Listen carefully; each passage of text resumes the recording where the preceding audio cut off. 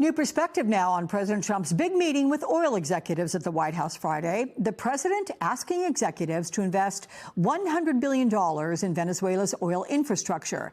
It got a cool reception initially. We first got into Venezuela back in the 1940s. We've had our assets seized there twice. And so you can imagine to re-enter a third time would require some pretty significant changes from what we've historically seen here and what is currently the state. If we look at the legal and commercial constructs and frameworks in place today in Venezuela, today it's uninvestable. Well, this morning on the Sunday talk shows, the Trump administration had this to say. Today we are running the sale of their crudes. You know, we have a quarantine around their ability to ship oil outside of Venezuela. All of that goes through American crude marketers, and then that crude goes out into the market. We collect those funds and bring them back to Venezuela to better the lives of Americans and Venezuelans. Also Friday, the president signed an executive order blocking courts from seizing Venezuelan oil revenue held in U.S. Treasury accounts.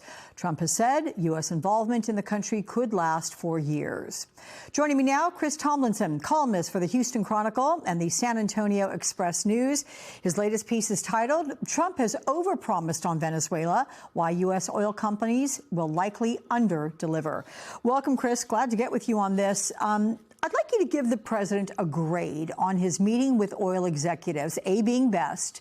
Did he convince corporate leaders to rebuild Venezuela's oil industry? I mean, your piece suggests no. No, he gets a C-. The president has demonstrated that he really doesn't have much understanding of how the global petroleum markets work. He doesn't understand that it takes years for one of these major corporations to make a multi-billion-dollar final investment decision. So, yeah, I think it was all show and little substance. Okay, C- there. But you write, ramping up oil production in Venezuela would take at least 12 to 24 months. That's ramping up. So describe what you mean could happen, the extent to which it could happen in this maybe 2-year period, and what kind of condition is it in now? So the Venezuelan oil fields are an absolute mess. They have not been maintained. There's been no investment in improving the facilities. There's been rampant corruption where people have stolen, the regime has stolen billions of dollars worth of cash from the Venezuelan oil industry. So we know that it will take billions of dollars just to kind of ramp it up a little bit. Right now, I think on net, it's about 750,000 to 800,000 barrels a day. To get to 1.5 million would take 12 to 24 months and billions of dollars. And that's still far short of what Venezuela is capable of. In the past, it's exported as much as 3 million barrels a day. Wow.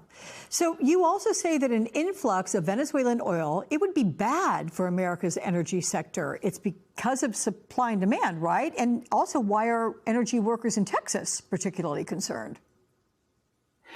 The price of oil right now is the lowest it's been in years. It dropped 20% in 2025 because there is an enormous amount of oil coming online, particularly from Brazil, from Guyana.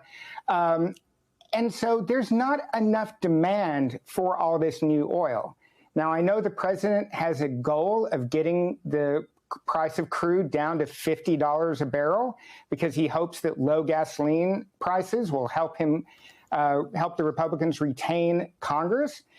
But if you work out in West Texas, you know that you need $60 a barrel just to break even. And right now, we're cutting jobs, we're cutting back on drilling rigs because there's just simply not enough demand for the oil that's out there already.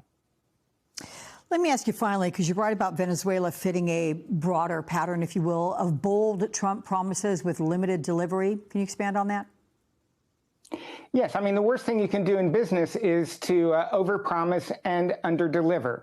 And that's what he's done on the border wall. It's what he's done on the economy. And it's certainly what he's going to do when it comes to crude oil and the energy business. You know, I understand that the American people want cheap gasoline, But in order for the United States to remain the largest producer of oil in the world, we need at least $60 a barrel. And the president is not interested in delivering that. So I think the industry will suffer if he gets what he wants. Okay. Chris Tomlinson, thank you so much for joining us. Appreciate you.